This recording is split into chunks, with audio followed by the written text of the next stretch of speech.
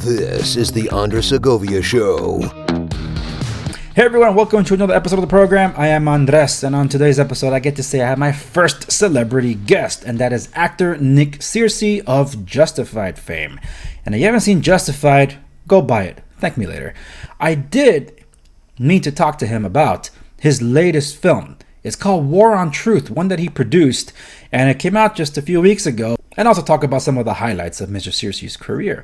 So without further ado, here is my interview with actor Nick Searcy.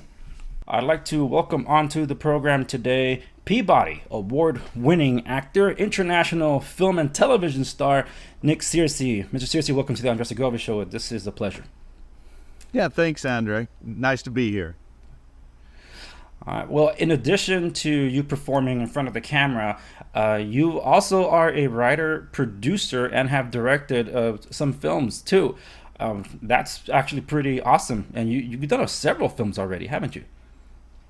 I've directed two films. A film called Carolina Low, which is still available on Amazon, and a film called Gosnell, about the true story about the abortion doctor in Philadelphia who was convicted of murder. Yes. In 2018, I believe. But that film is harder to find, but you can find it. It's still out there. Yeah, and I did get it for myself. It's cool. A little harder to find digitally, but it is available in print still. And get print, people. It's just in case, they always take some licensing stuff away. But I have to ask you, with all that stuff, with all your body of work and your long career, I have to ask, how does all of that compare to guest hosting for the one and only Rush Limbaugh?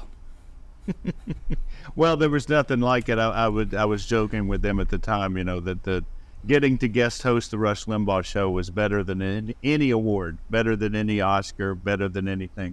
And, in my book, I talk about how surreal it was. I mean, for somebody like me who found Rush Limbaugh in like 1990 on the radio and just went, who is this guy? And I listened to him for so long. And then he became a fan of Justified, and I wound up talking to him a couple of times on the air about the show. And it was just a surreal turn of events to actually get to meet the man and to guest host for him. Yeah, I mean, that's wild. It's one thing to be interviewed by him, but guest hosting, wow, that sure is something. And yes, you do go into that in your book, Justify This, which is available on Amazon. I think it's also available on Barnes & Noble, but not in store. I haven't seen it in store, online only. Right. And I think other major retailers. But yes, get his book, Justify This. It's hilarious. I'll tell you. I think I read this in about 3 or 4 sittings. Thank you. Yes, yeah. I absolutely loved it. Some great insight, and there's some stuff we'll talk about here, which is in your book. But I'm also interested in reading between the lines. Yeah. On a few things, because you didn't get a writer's credit for Justified, which is unfortunate. I heard about your contributions there. Right. Well, I was always teasing Graham Yost, who was the head writer, showrunner. I said, all of the lines that people write about in these articles are lines I made up. Don't you think I should get a credit? And of course, Graham says, what about all those other lines that you don't make up? I wrote all those. Shut up. Yeah.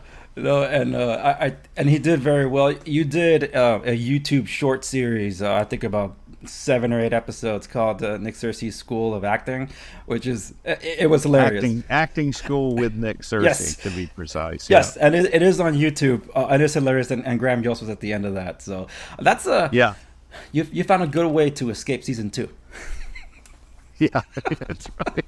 Yeah, we were kind of running out of patience, and we're like, hey, this is a lot of fun to make, but we're really not getting paid to do this. So yeah, I tried to bring it to a close, and Graham was a great send-off. It was great. Yeah, no, that was fantastic. It was very fun. But there is something I did want to set straight on the record, because I hope FX ends up seeing this. FX recently has been dumping a lot of Justified content on the YouTube channel, and they recently, about a month ago, I think, released a compilation of the best one-liners of Justified, all 6 seasons, and they put a compilation together. And us fans were very disappointed that not one art quote made it to the compilation. So I pulled up what I think might be the best one, and there's too many to count. My wife and I are fans, and I'll tell you about that in a moment. But I wanted to play this clip because this might be the best one that you've done, and I have some questions about this one too. So let me cue it up here. Where are you going? I'm gonna tell Stadies. Oh, hell no. Hell no. Get back over here. First thing we're gonna do is we're gonna acknowledge that this guy's awesome. What? I mean, he shoots theotonin, fakes his own death in a spectacular fashion, pushes a guy out of an airplane while he's flying it, parachutes into Harlan County with enough coke and cash to jumpstart the economy of a small country, and then he has the balls to get a job in law enforcement not once, but 2 times. He spends a couple of days riding around with you while you're looking for him, and now he's run off with a hooker that's half his age. That's some badass shit. It's pretty badass. Yes, it is. This is a once-in-a-lifetime opportunity. You gonna let those guys be the ones, or are we gonna be the ones to take that badass? You're right. We're on it. Yeah, let's go find a whore. That's probably the best one. I can't tell you how many times I've seen it, but the first time I saw it, I probably fell off the couch laughing so hard. So that was really good. Go ahead. Well, I was going to say, when I got to the set that day, that monologue was supposed to be delivered by Raylan. Oh. It was written to be delivered by Raylan, and Tim was like going, "This shouldn't be me," and he said, "Let's give that to Art." And so I had to learn it in about 5 minutes. But it really shows you what a good guy Oliphant is too. I mean, he really does things for the good of the show. He's not really that worried about his own stardom or whatever. He's a really good person to work with. So he gave me that monologue. Man, that's actually really good to know, because that's kind of what I wanted to ask you, some behind the scenes things there, and that is a big one. So I'm glad you shared that.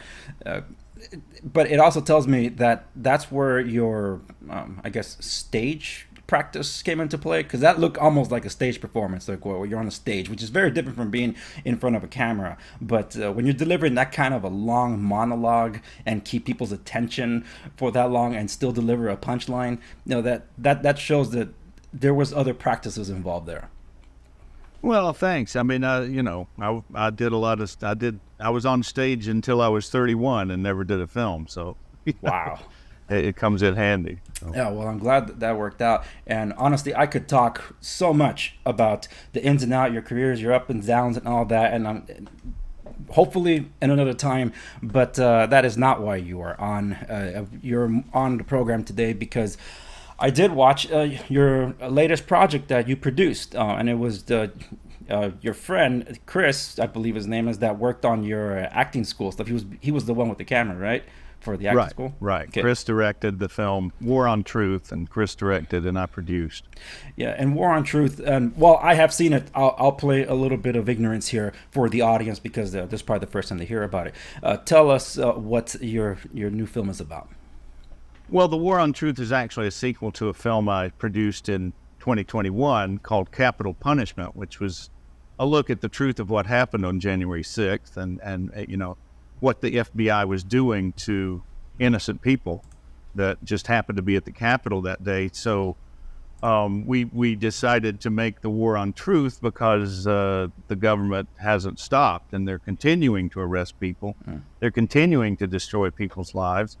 And basically, these are, for the most part, nonviolent people who never been arrested for anything before in their lives. And as you see in the movie, they're being treated like terrorists. They're being treated like drug cartel leaders or serial killers. This incredible show of force in the middle of this suburban, normal neighborhood. They've demonized these people in their communities. They've made it impossible for them to be employed, and in many cases they've just taken these people and put them in jail for over 2, now going on 3 years without even going to trial, arguing that these people were too dangerous to be let out on the street.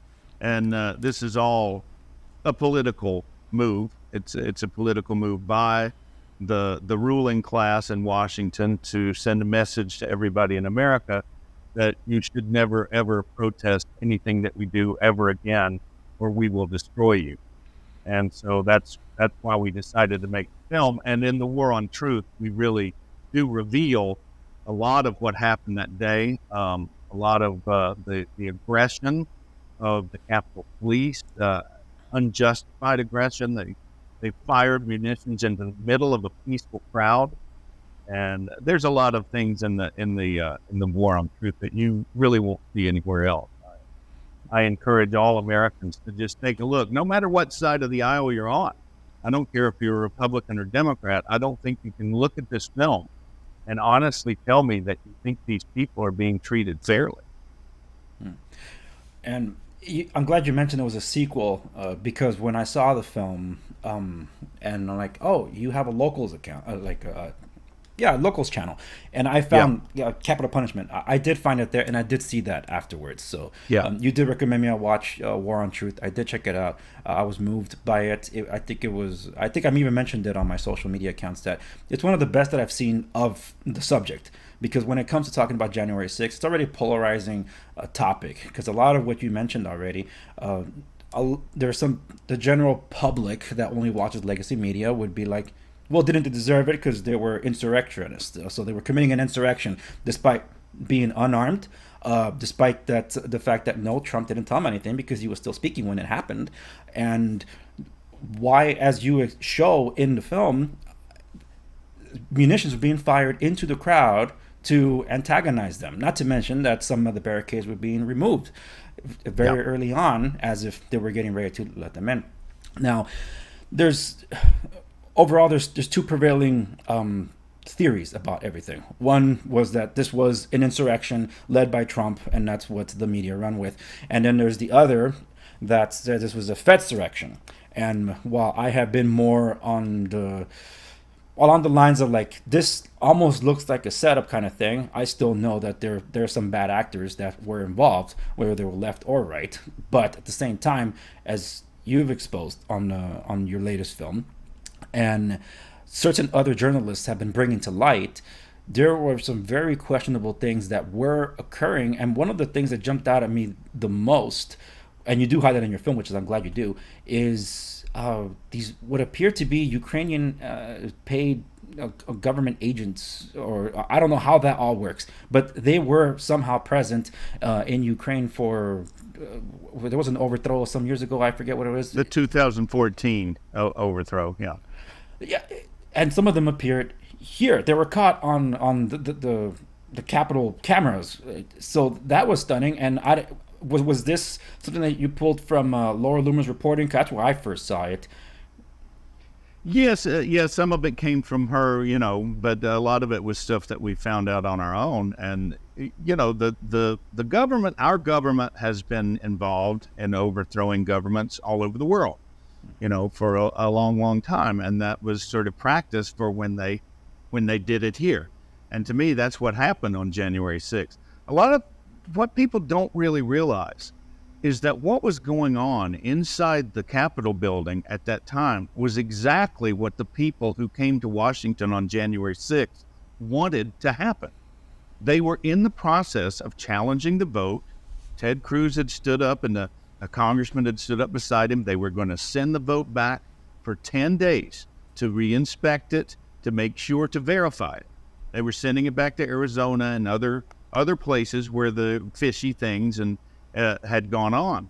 And there is no reason that the people who went there to protest the stolen election would have wanted to stop that process. And if you accept that fact, then you begin to put together, okay, well, that's why the police waved people in. That's why the National Guard was not there. That's why Pelosi and the Marion Bowser, the mayor of Washington, D.C., did not want the National Guard there, because they wanted those people inside the building so they could declare it an insurrection and stop the process that was going on in the Capitol building that the people of January 6th wanted to have happen. That's something that I haven't heard too many people make that point, but that's exactly the truth. And if it had been allowed to go on, the vote would have been back for 10 days. That crowd would have gone home peacefully. And, this whole insurrection thing, that was a setup. That was deliberately done but the government knew they were going to call it that months before the event even happened. And that's why I felt I felt like I had a responsibility to make this movie, to try to correct the record. Yeah, and I'm really glad you highlight that point, because I am one of the few that whenever I talked about this, and very early on, I might add, was that why would you interrupt the proceedings? No, one of the there's things, no reason. exactly right, unless you're on the other side that wants to stop that from happening because you want to certify a stolen election. So in the case of your book, you actually divulged, and not just in your book, but because I read it there before I saw it on Capital Punishment, you were at the Capitol. And so Capital Punishment contains more of the footage that you recorded when you were there on January 6th, right? Right, and that's how the first movie came about, is that we were there. And when we got home that night and we were watching the news, I was like, what is all this? I didn't even see any of this stuff. I didn't see anything of what I saw, which was probably 1.5 million to 2 million people waving flags and praying for the country, singing hymns. I mean, I didn't see any violence, not any. And so all they showed you on television was the violence in the tunnel and, the violence inside. But a lot of that was done by instigators. A lot of it, you had in the tunnel, for example, you had the Capitol Police pushing people on one side, and you had instigators on the other pushing people towards the Capitol Police, which caused this huge crush of people. And that's what resulted in Roseanne Boylan's death. She was beaten to death. While she laid unconscious on the ground, she was beaten to death by a Capitol Police officer named Lila Morris, who was later celebrated as a hero and went to the Super Bowl. And, and Victoria White, who we profile in the movie, and we let her tell her story with footage of what happened to her. She was hit in the head over 40 times. That was crazy. With a baton by a Capitol Police officer. And there's no reason for that. There's no reason for it except that they wanted something really horrible to happen that day. And they wanted to blame it all on Trump, blame it all on his awful supporters. And the fact of the matter is, everybody that went there, the people that went to Washington on January 6th are probably the most well-armed people in the United States of America, and nobody brought a weapon. So usually when you're really planning an insurrection, you bring a few weapons. That's kind of necessary, in order to accomplish your violent goals. And so no one went there with any idea that they were going to cause violence. Yeah, and you do present that in the film, which is why I highlighted it on my socials, because I think it's important to note that there are a lot of entries into this category and covering January 6th.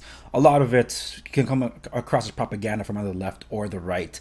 And my first exposure to your coverage of January 6th was War on Truth. And when I saw that, I even mentioned that at first before I got your attention, where I'm like, I don't know, I'm not sure if I want to see this movie, but it is produced by someone I respect. Like, someone was involved, and you told me that I produced it myself. Like, okay, then I will check it out. And you encouraged me to watch it before you came on my show. So I happened to watch it right after the debate.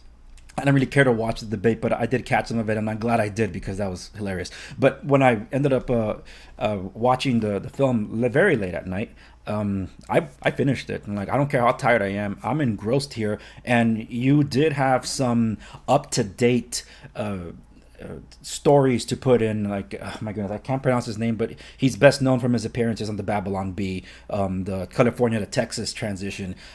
Siaka. Yes. Siaka Massaquoi.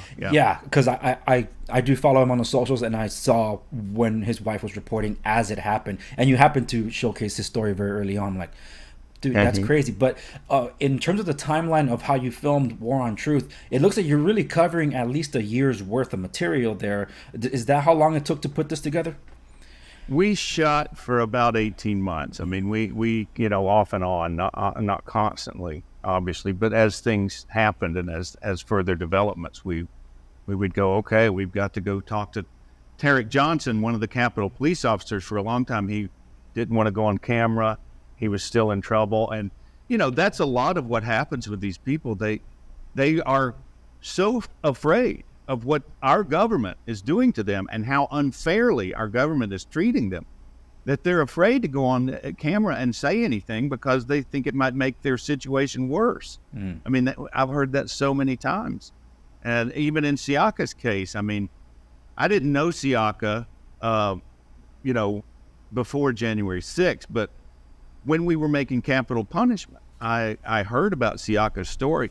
Siaka lived very close to me in Burbank, and I reached out to him then, and Siaka's situation was such that he was like, don't know. I don't know if this is going to help me or hurt me, and I don't know what the FBI or the government's going to do to me.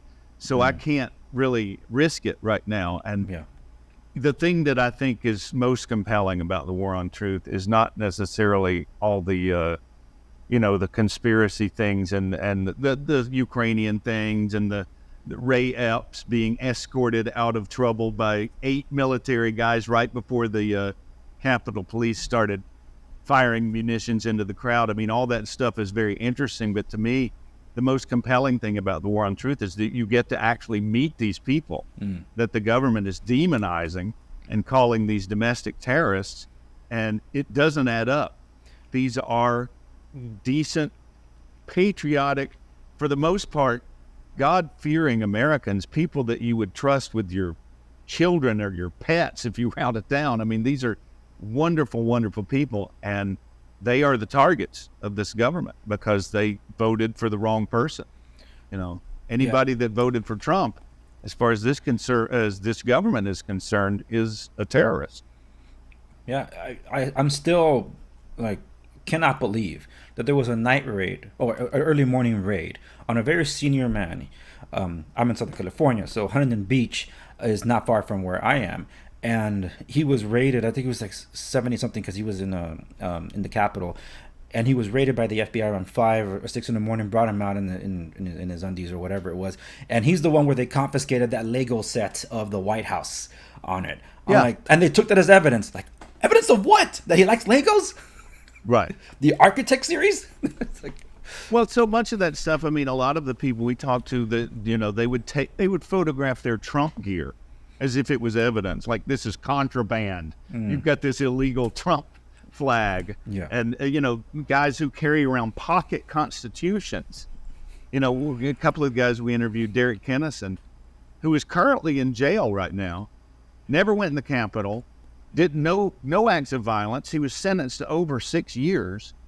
And one of the things they took a picture of was this box of pocket constitutions that he had in his garage. It's like, oh, he reveres the Constitution. He's some kind of domestic terrorist. That's who these people are. That's who's running our government right now. Yeah, obviously not Americans are running this government right now, because that is entirely un-American, that the Constitution would be taken as contraband. But in terms of your film and the way you put it together, I think that's what made for powerful storytelling, because in the first few minutes I knew this was not going to be those other January 6th type movies where, again, they can come across propaganda either the left or the right. I only seen 2 that I can say that I can recommend to people. One of them is quite literally just a timeline, and it's about an hour 15, and it's just a timeline with whatever cameras are available. I think it's very important for people to see that, look, there's no bias here. It's just commentary about what the events are happening at said time. You make up your mind. And the other one was whatever was produced by the Epoch Times. And I think it was the Epoch Times, even if it wasn't in that documentary, they had posted up a clip of one of the Capitol Hill police officers as things are kind of getting rowdy, but munitions haven't been fired yet into the crowd. And he's just walking up and telling people, get ready, get ready, get ready. And someone like, for what? And he just starts lobbing. I don't know if there were flashbangs or smoke grenades or whatever, but the point is he's lobbying to the crowd, and he throws at least 9. I'm like, why? Yeah. What happened? Yeah. What are you doing? Why did they do that? And the sham January 6th committee, they didn't ask any of those questions. They didn't ask anything. In the whole January 6th committee, they never mentioned Ashley Babbitt. They never mentioned Roseanne Boylan. There were 2 other men who died that day. One died of a heart attack after he was hit with a flashbang. And that you're not going to ask any questions? In our movie, you see there's a man named Taylor Hanson who was in the hallway with Ashley Babbitt. And he had footage of what happened to her. He had footage of her before when she was she was trying to stop the people who were breaking windows, one of whom was a man named Zachary Allam, who was a known Antifa person, not a Trump supporter at all. She's in there trying to stop them. She's in there trying to tell the police, you need more reinforcements up here. Yeah. Right before she was killed. Taylor Hanson wrote to the January 6th committee repeatedly saying, why don't you talk to me? Interview me. I've got evidence. I saw the whole thing. They didn't want to know because they're not interested in the truth. This was all about establishing a narrative, demonizing an entire swath of the country as terrorists just because they supported a president and they believed that the election was stolen. And that's not against the law. It's not against the law to believe the election is stolen. Challenging elections has been done throughout our country's history. There's a process to go through it. It's not illegal to say that it's stolen. And now they call, election deniers and all that.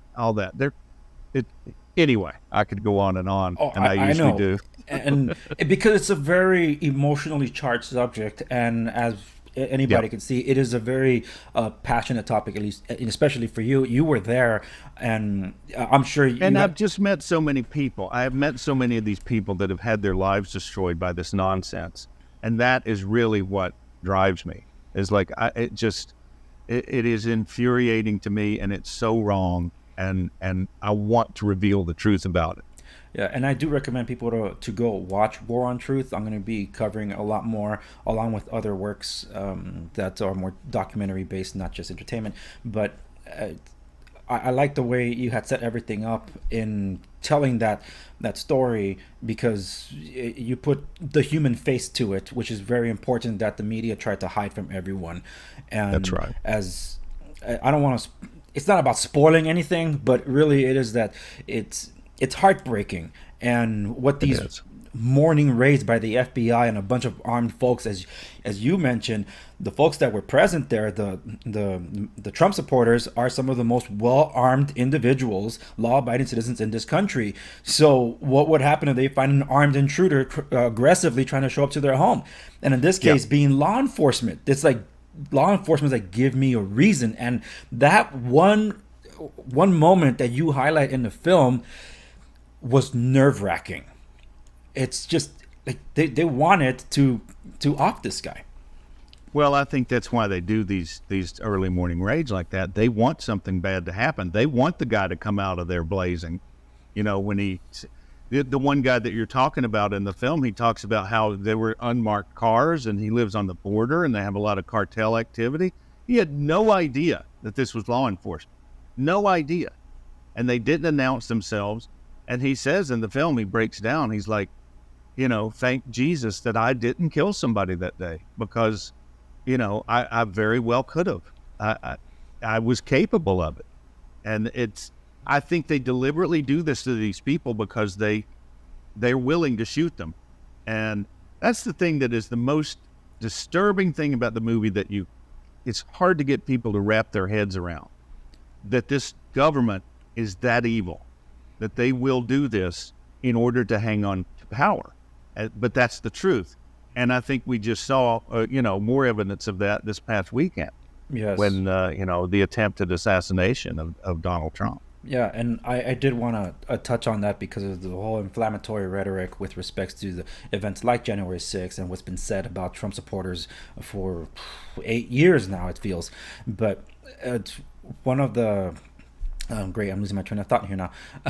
But it's one. Well, let me just jump in here. Sure. What the media has done over the past few years in demonizing Trump and demonizing his supporters, dehumanizing them, then they act all shocked and say, oh, now we have to tone down the rhetoric because somebody tried to take a shot at Donald Trump. Well, you've been calling him Hitler. You've been calling him a threat to democracy. You've been calling him worse than Mussolini. You've been saying he's going to destroy the Constitution. There's always that question that people ask, if you could go back in time, would you go back and kill Hitler before he could do it? You're calling the guy this, you're saying he's worse than Hitler, and then you act all shocked when some maniac who listens to you, who thinks that you're telling the truth, decides that he's going to try to take out Trump. And and that, yeah, and it really speaks to the hypocrisy of everything, because there's two things here. One is their behavior. They incite this rhetoric, and then they feign shock, like, oh my gosh, someone actually tried to take out Trump. You guys were literally calling for it. And let's compare January 6th. And I condemned the violence of that day, and I said, whoever is guilty, let them be guilty. Whoever isn't, they should be let free. I maintained that same position since the afternoon that happened, and I covered it live on my show back then. Now, compare and contrast, these same people that were just shocked about the supposed insurrection. Well, it's a riot. So they were shocked at this riot, when just a few months earlier, that whole place was on fire, and Nancy Pelosi said, they're old buildings, I don't care. Federal buildings from sea to shining sea were being set ablaze. America was on fire, and they did nothing. They didn't care. And a lot of those people, Hollywood got together. Some people I'm sure that got together to put bailout funds for these people that were being arrested. But they decry all this. You hear everybody talk about political violence like this is unacceptable in America. Well, political violence that they agree with is perfectly acceptable to them. They don't mind when those people are just, that's the voice of the unheard and that sort of garbage. They encourage the violence when they think it benefits them. They only want to decry it when they think it hurts them.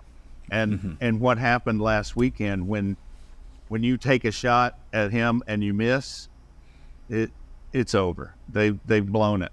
There's no way now that Trump does not legitimately win this election. And if they try to steal it again and say that he didn't, nobody's going to believe it. No, everybody, the world is literally watching. They will. Yeah. Nayib Bukele, president of El Salvador, he tweeted "democracy?" as a reaction to the shooting. And that this does not happen in a supposed democracy. We're a constitutional republic, but people keep throwing democracy around. And it's the hypocrisy of the reactions to the Summer of Love. And in the case of January 6th, which was an afternoon that the Trump supporters were pushed out of there and left, it's interesting that you didn't highlight any of the police officers that died that day, because they didn't. There were no police officers that died that day. Right. They lied. Yeah, but a few months earlier, we have at least 1,000 officer casualties. I don't know how many of those officers dead, including a retired police officer, David Dorn, murdered in cold blood trying to protect his friend's shop in the streets. That's harrowing. And one thing, big time, that people are shocked about what happened with Trump and what happens to Trump supporters.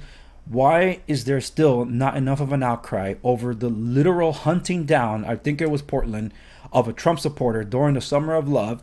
And he was hunted down for being a Trump supporter. This guy shoots him and says, I got a Trumper. Yeah. This is nothing new. It's just reached the boiling point. Right. And, this is something that it's hard to get people to come to terms with this. But if you look back through history, this is what the left always does. When they take power, the left has taken over the Democrat Party completely, and they've taken over parts of the Republican Party. There are certain Republicans that are compromised that are joining them in this. And what the left always does, the minute they get enough power and they think they can get away with it, they murder or imprison anybody who opposes them. And, after they've murdered or imprisoned enough of them, everybody else just goes, okay, I don't want to wind up like that. And that's what the left was trying to do. Yeah. And for some, it'll never be enough. There were some that say, oh, next time don't miss. I'm like, dude, there is no cure for TDS. Absolutely no cure. And that's someone that doesn't talk about politics that my wife follows on the socials. Say, I don't understand this reel that he put up on IG. What is it? And it showed someone superimposed Trump's face on Keanu Reeves doing the bullet dodge, and just the caption, "Humanity over politics." And I said, okay, this is how I interpret this. First off, the shots missed. Secondly, he's talking about he might not be a Trump supporter or anything involved politically, but he's choosing humanity over politics. Because how could you not be moved by what just happened? To me, it was equal parts terrible and equal parts, holy smokes, that's inspiring. Like, oh man, I got tears in my eyes. Yeah. My wife's reaction. Her and I had a bit of a riff when prior to the news, and I wasn't. I just went to go sit down. We're at Fashion Island at Newport Beach, and the kids were playing on the grass, and I'm like, oh, you know what? I'm going to announce that my big interview that's supposed to drop today as we're filming. I'm going to tease it. All right, here's my big interview dropping, and I wanted to announce you too, but I am referring to somebody else in this case. And I'm like, this big one has been waiting for about a month. I wanted to drop the news, and as I was typing, I was getting notifications from the wire that the rally's been stopped. I'm like, oh, that's interesting. What is it? And I saw some of my friends posting, what the hell just happened? I'm like, okay, I need to tune into this. What's going on? And then I see what looks like someone took shots unverified, and I immediately start covering it. My wife's coming over. She's kind of giving me that scowl. I'm like, honey, whatever it is, I don't care anymore. Someone took a shot at Trump. She's like, what? And she just immediately sat down next to me, and before I could even tell her the rest of what I'm reading, she just broke into prayer. And I had to pause too. It's like, let's take that moment. And she kept telling me, like, you're not present with us anymore later in the day. It's like, and when the day was over, I told her I needed to cover this, because this day, I hate to use the word infamy. It's equal parts infamy and equal parts famous. Like, wow, this was something to remember, and I'm glad I covered it. And that's why I feel like it was necessary to include it here, because of the way the circus has treated, the establishment has treated January 6th and the victims thereof, and things that you highlight in the film is very important. Some of these people have been in prison, in some cases solitary confinement, waiting for trial. Right. Because they're so dangerous, even though they've never done anything before in their lives. Yeah. They're so dangerous; they have to be held in jail for years. And you know, going back to the assassination attempt. I mean, I didn't see it live because I was on the road. I was driving somewhere, but when I got there, we put the news on, and when I saw that footage, they replayed that entire 4 minutes of Trump standing up and the Secret Service surrounding him, and Trump turns to the crowd to let them know that he's okay and puts his fist up. I mean, what kind of man does that? I mean, a guy just took a bullet to the head, and he's worried about making sure everybody in the crowd knows that everything's okay. I mean, that's a man. I looked at that and I go, if they had shot part of my ear off, I would be crawling off that stage. They would have to drag me out, with people draped all over me. I just can't believe that he did that. And I think that moment is going to be iconic in American history. That is just an incredible moment. I can't think of anything like it except maybe when Teddy Roosevelt got shot and finished his speech.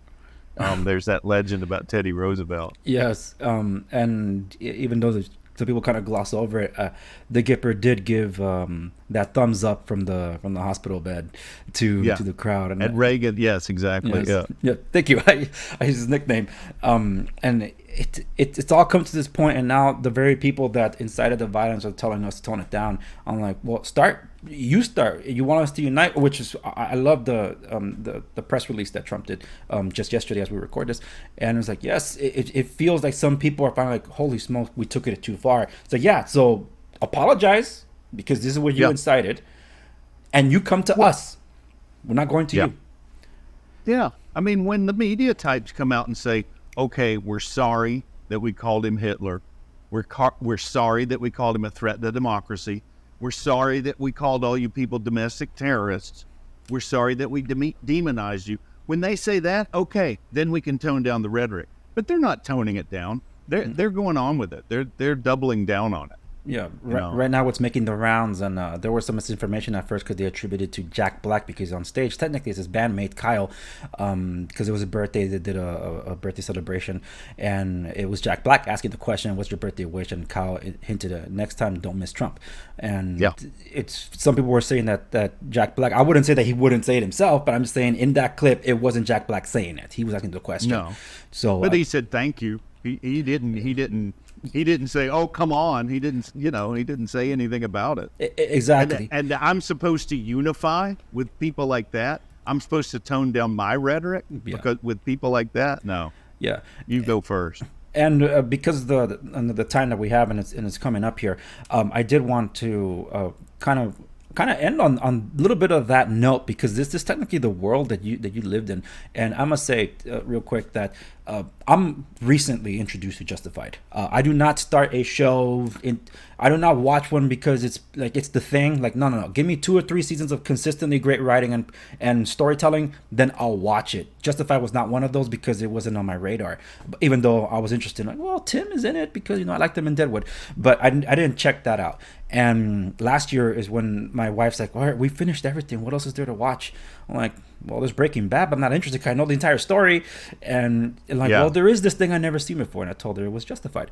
And we ended up watching the first episode on Hulu, but a lot of the ads that were thrown at us, like, forget it. So then I took a plunge because of some people I trust said how solidly written this thing is. I'm like, I don't know. I never bought a show that I haven't seen. So I bought the entire series. No regrets. Wow. We watched the whole thing through, loved it, and we're on our second watch through because we absolutely loved it. Your character is standout, and in watching them, like, it's a who's who of who's in Deadwood and who's who from Band of Brothers, but it's the storytelling. It's like they knew what they were mapping out, and I'm glad they capped it off before they jumped the shark, as they say in showbiz. Right. And 2 notes. One, you modeled Art, and I'm surprised I didn't call you Art in this episode, after your father. And I always thought that Art and Raylan had a father-son dynamic going on. Art was more of a father to Raylan than Arlo ever was. So I think that's what moved me the most about your performance there. But in turning things around after that, I ended up seeing the documentary by Dinesh D'Souza called Police State. So when I saw you in there, I'm like, what's Art doing in this thing? And that's when I looked you up. It's like, well, not only is he a conservative, he's not shy with his remarks. So, no.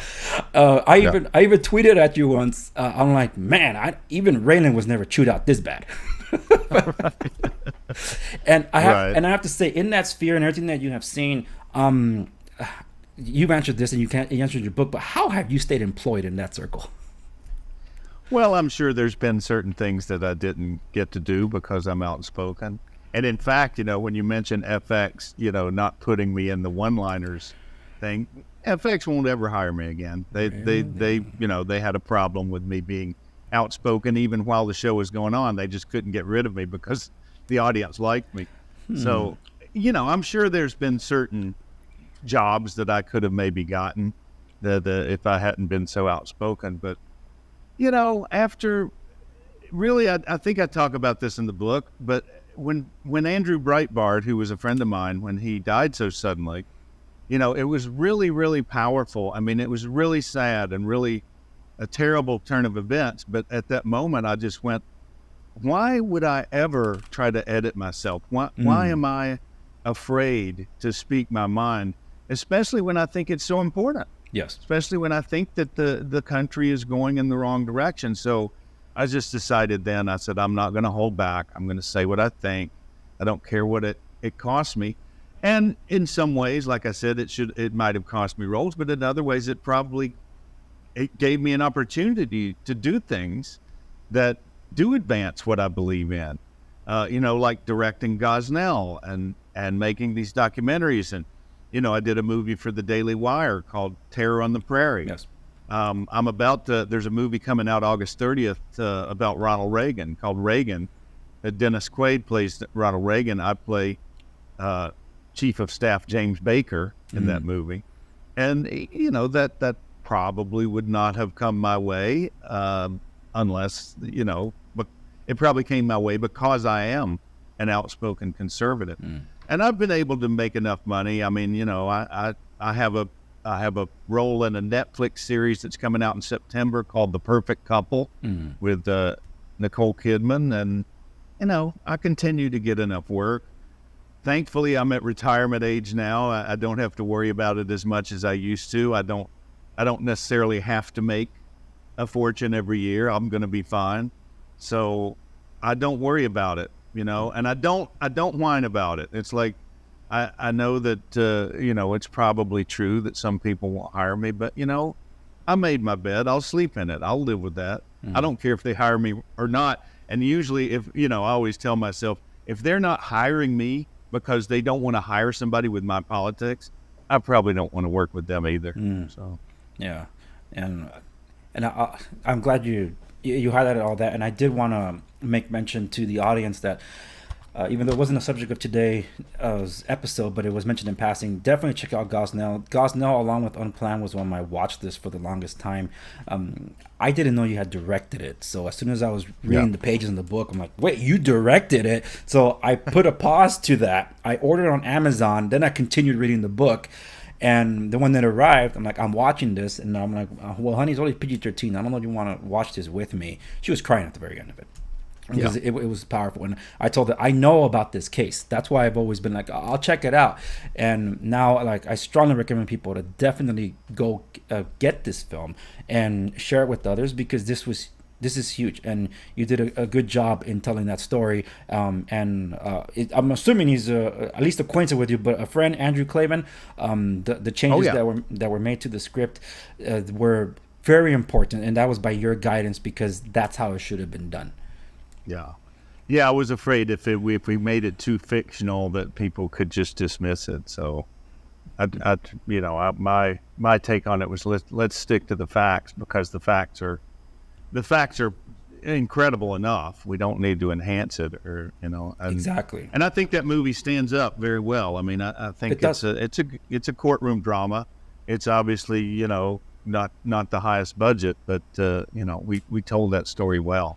Yeah, well, nowadays, indie films, low-budget films are better than anything that's being put out there by $200-400 million budget films from Disney. These are a joke, so that doesn't even matter. But Mr. Searcy, this has been an absolute pleasure in speaking with you. Get his book, Justify This, folks. Remember, any links and references I made mention in the show will be available on the show notes accompanying this episode at www.theandrewsegovia.com. But for the audience that's listening and watching, where can they follow you to keep up with your latest mean tweets?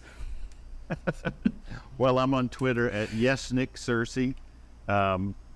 Just like, hey, is that Nick Searcy? Yes, Nick Searcy, just like that. And you can find me at locals.com. I have my own Locals account, a Rumble account, that sort of thing. But Twitter is where you can always find me. It's a knife fight on my Twitter page every day. So yes, it is. And that's where I'll leave it. And folks, that's where you'll be able to find his socials on the links too. Thank you very much for being on the program. And maybe we'll have you on some other time. Thank you for having me. It'd be a pleasure. If you are suggesting that the violence at the Capitol on January 6th was part of some operation orchestrated by FBI sources or FBI agents, the answer is no, it was not. I know that everyone here will soon be marching over to the Capitol building to peacefully and patriotically make your voices heard. It's not protest, it's insurrection. When I said how many agents or assets of the government were present on January 5th and January 6th and agitating in the crowd to go into the Capitol and how many went into the Capitol, can you answer that now? I don't know the answer to that question. You don't know how many there were, or there were none? I don't know the answer to either of those questions. I think you may have just perjured yourself that you don't know that there were any.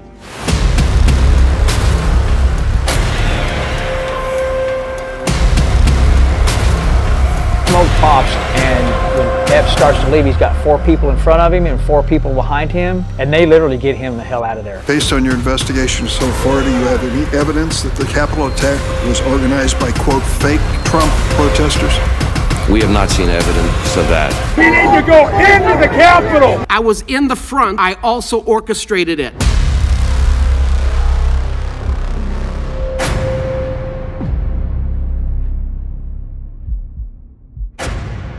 And that does it for this episode of the Andres Segovia Show. Remember to like, share, and subscribe wherever you're watching to stay in the know. Hit the notification bell so you don't miss out my next post when it goes up.